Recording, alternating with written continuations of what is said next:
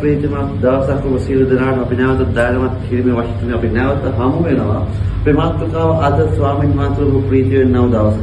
අපි පෙළගමු පිළිපේ 4 වෙනි පදයේ මෙතන කියනවා ස්වාමීන් වහන්සේ තුල නිතරම ප්‍රීති වෙන්නයි නැවතත් කියන්නේ. මොකද මේ කියන්නේ ස්වාමීන් වහන්සේ තුල ඔබගේ ජීවිතේ මොන අභියෝගාවක් මොන ප්‍රශ්නාවක් මොන කරදරාවක් මොන වසංගතාවක් වැදගත්ම කාරණාව ප්‍රමුඛතාවයේ දිය යුතු කාරණාව නම් ඔබ ස්වාමීන් වහන්සේ තුල සිටින්න අවශ්‍යයි.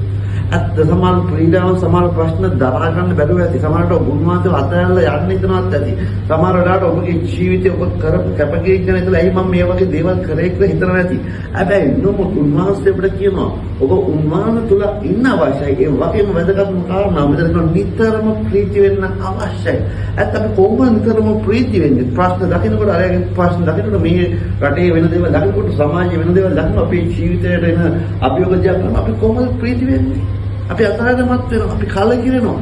ඒ උන්වහන්සේ කියන දේ වචනේ කතා කරලා ඔබ කලකිරුණාම ඔබ ක්‍රියාන අපත් උසයන්නේ නැහැ. හැබැයි අභියෝග මාර්ගයේ ඔබට ප්‍රීතියෙන් ඉන්න පුළුවන් නම් ඒකයි රාස ඔබ ජය අත්පත් කරගන්න. මෙතන කියනවා නිතරම ප්‍රීති වෙන්න. ඒක කරන්න අමාරුයි. හැබැයි ස්වාමීන් වහන්සේ තුළ ඒ දේ කරන්න පුළුවන්. පිළිපැද 13 කතා කරනවා. මා බලවත් කරනෝ තරන් වාසේ තුල මට සියල්ල කරන්න පුළුවන්. අමාරු වෙලාවෙදී අභියෝග මාධ්‍යදී ක්‍රීඩාවන් වෙලාවෙදී ඔබ ස්වාමීන් වහන්සේ තුල නම් ඉන්නේ ඔබට ප්‍රීති වෙන්න පුළුවන්. ඊට පස්සේ කියනවා නිතරම ප්‍රීති වෙන්නයි නැවතත් කියමි. සමහරවිට ඔබට හිතනවා නම් මේ අපි දැන් ප්‍රීති වුණා ඇති වුණා. ප්‍රීතිය ඔර වෙගෙන යනවා. ප්‍රීතිය නැති වෙගෙන යනවා.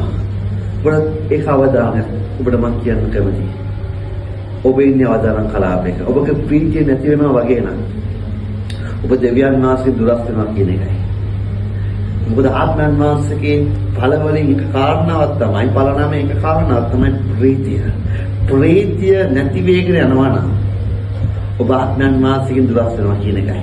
ඒ නිසා ඔබ තේරුම් ගන්න අවශ්‍ය අද දවසේ ඔබගේ මොන අභියෝග අද දවසේ මේ කාර්ය ඔබගේ සිදු වුණා.